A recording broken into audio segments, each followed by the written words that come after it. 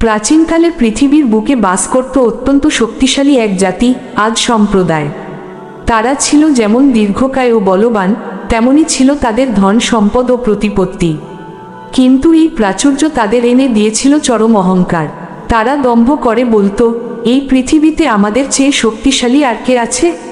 তারা ভুলেই গিয়েছিল যে মহান স্রষ্টা তাদের সৃষ্টি করেছেন, তিনি তাদের চেয়ে কোটি গুণ বেশি শক্তিশালী। তারা আল্লাহর পাঠানো সমস্ত নিদর্শনকে অস্বীকার করতে শুরু করল।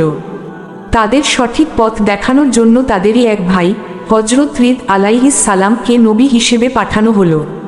তিনি তার সম্প্রদায়কে, যারা আহকাফ বা বালুকামো মরু উপত্যকায় বাস করত, ডেকে বললেন, তোমরা একমাত্র আল্লাহ ছাড়া আর কারো উপাসনা করো না। তোমরা যদি এই শিরক ও পাপাচার থেকে ফিরে না আসো, তবে আমি তোমাদের ওপর এক মহাতঙ্কিত ও ভয়াবহ দিনের শাস্তির আশঙ্কা করছি। কিন্তু অহংকারে অন্ধ আদ জাতি হূদ এর এই আন্তরিক ডাককে উপহাস করল। তারা বলল, তুমি কি আমাদের বাপ দাদার আমল থেকে চলে আসা দেবদেবীদের উপাসনা থেকে ফিরিয়ে রাখতে এসেছ? যদি তুমি সত্যিই সত্যবাদী হয়ে থাকো, তবে যে শাস্তির ভয় আমাদের দেখাচ্ছ, তা নিয়ে আসো না কেন? হযরত হূদ শান্তভাবে উত্তর দিলেন, শাস্তি কবে আসবে সেই জ্ঞান কেবল আল্লাহরই আছে। আমার কাজ শুধু তার বাণী তোমাদের কাছে পৌঁছে দেওয়া। কিন্তু আমি দেখছি তোমরা এক চরম মূর্খ ও অবুঝ জাতি। অবশেষে সেই অমোঘ সময় ঘনিয়ে এল।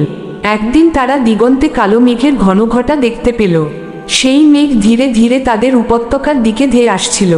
বৃষ্টিহীন তপ্ত মরুভূমিতে মেঘ দেখে আদ সম্প্রদায়ের লোকেরা আনন্দে মেতে উঠল।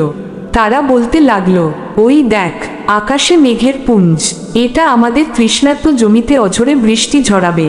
কিন্তু তারা বুঝতে পারেনি, ওটা রহমতের মেঘ ছিল না, ছিল তাদেরই ডেকে আনা কঠিন আযাব, যার জন্য তারা তাড়াহুড়ো করছিল। এ ছিল ঠিক তাই। হঠাৎ করেই সেই মেঘ থেকে ধেয়ে এল এক প্রচণ্ড গর্জনকারী হিমশীতল ঝড়ো হাওয়া। একাধারে কয়েকদিন ধরে চলা এই বিধ্বংসী ঝড় ও ঘূর্ণিঝড় তাদের বাড়িঘর, গাছপালা এবং অহংকারী মানুষগুলোকে খড়কুটোর মতো উড়িয়ে নিয়ে চূর্ণ বিচূর্ণ করে দিল। স্রষ্টার নির্দেশে এই ঝড় তাদের সবকিছু ধ্বংস করে ধূলিসাৎ করে দিল। পরদিন সকালে সেখানে শুধু পড়ে রইল তাদের শূন্য খা খা করা ঘরবাড়িগুলো। দাম্ভিক আদ সম্প্রদায়ের একটি প্রাণীও আর বেঁচে রইল না।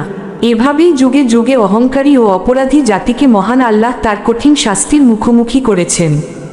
এই ঘটনাটি পবিত্র কুরআনের সূরা হামিম সিজদাহ 15-16 এবং সূরা আহকাফের 21-25 নম্বর আয়াতের ছায়ায় বর্ণিত।